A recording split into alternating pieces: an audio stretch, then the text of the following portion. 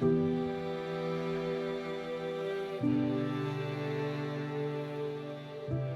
welcome back to Seeing Easter, where we are looking through the eyes of the people who experience Easter firsthand. And through it, we hope to really soak in the amazing season that we're in right now. And so often Easter can fly by in the blink of an eye without us really being able to enjoy it and appreciate it for what it is. Today, we're looking at the fastest disciple. We're looking at John.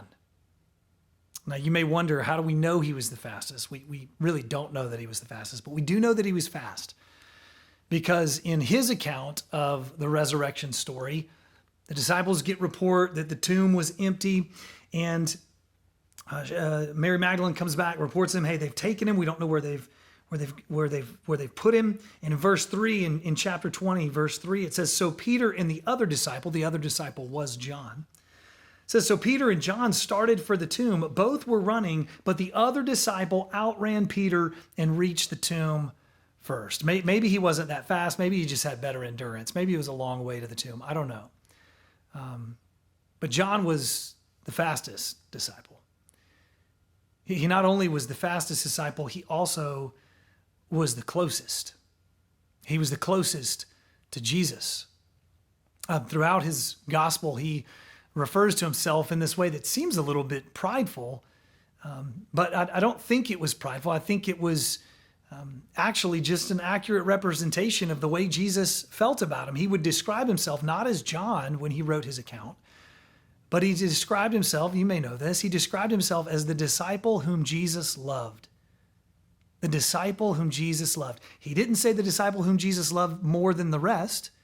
He just said the disciple whom Jesus loved.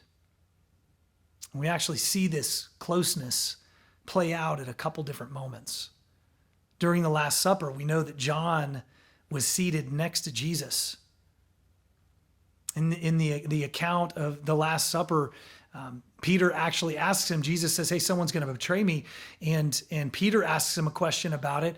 And then it says that John was reclining next to Jesus, and he leaned over into Jesus to ask him about who was going to betray him. There was closeness there. When Jesus is hanging on the cross, John's actually standing there with Jesus' mother and a few other followers and some of the other women that were following Jesus. And Jesus looked down from the cross and he looked at John and he said, hey, this is your mother, and mother, this is now your son. Basically, you take care of her and you take care of him. There was a closeness there. And after the resurrection, John is a leader in the early church. And late in his life, he writes his gospel account of all that he experienced with Jesus firsthand. He wrote epistles, 1 John, 2 John, 3 John, that we see in the New Testament. And then he also, when he was exiled to the island of Patmos by the Roman Empire, he wrote down his Revelation account. It's our book of Revelation at the end of the New Testament. John experienced the life of Jesus firsthand, not just firsthand, but John experienced it closer than just about anyone else. And here's what John says about Jesus. This is John chapter 20, verse 30. He says, Jesus performed many other signs in the presence of his disciples, which are not recorded in this book. Hey, I've told you a lot of things, but Jesus did way more than what I have written down in this book. Later, actually, in his gospel, he says there aren't enough books to contain all that Jesus did and all the miracles and all the teachings. He says, he performed many other signs in the presence of his disciples, which are not recorded in this book, but these are written, the ones that John chose to write down, the reason why he recorded them. He said, these are written that you may believe that Jesus is the Messiah, the Son of God, and that by believing in him, you may have life in his name.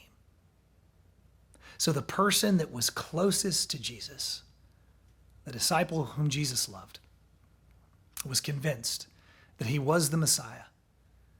He was the Son of God. And as he wrote his account, he knew he was writing to people who would be much further from Jesus than he was. And his message to them was simple. Look, I've written down all these things so that you may believe that Jesus is the Messiah, the Son of God. And that by believing in him, you know what I know will happen? This is what John was saying. I know what will happen is by believing in him, you will have life in his name. Because by believing in him, by following him, you experience what John experienced. You experience his love. The most extraordinary love that the world has ever seen was displayed through Jesus Christ. And when you put your faith in him and you follow him, you experience it. You get to call yourself the one whom Jesus loved. So this Easter season, at some point, I know this is a little bit cheesy, but I want to encourage you to call yourselves the one that Jesus loves. You don't have to say it out loud. I realize saying it out loud may make people think you're really crazy. But just say it to yourself at some point. Maybe you even say it to yourself daily. I'm the one that Jesus loved. I'm the one that Jesus loved because that is true for you, and it's true for me, and it's true for the entire world. For God so loved the world that he sent his only Son, that whoever believes in him will not perish, but have everlasting life. You are the one that Jesus loved. We'll see you next time.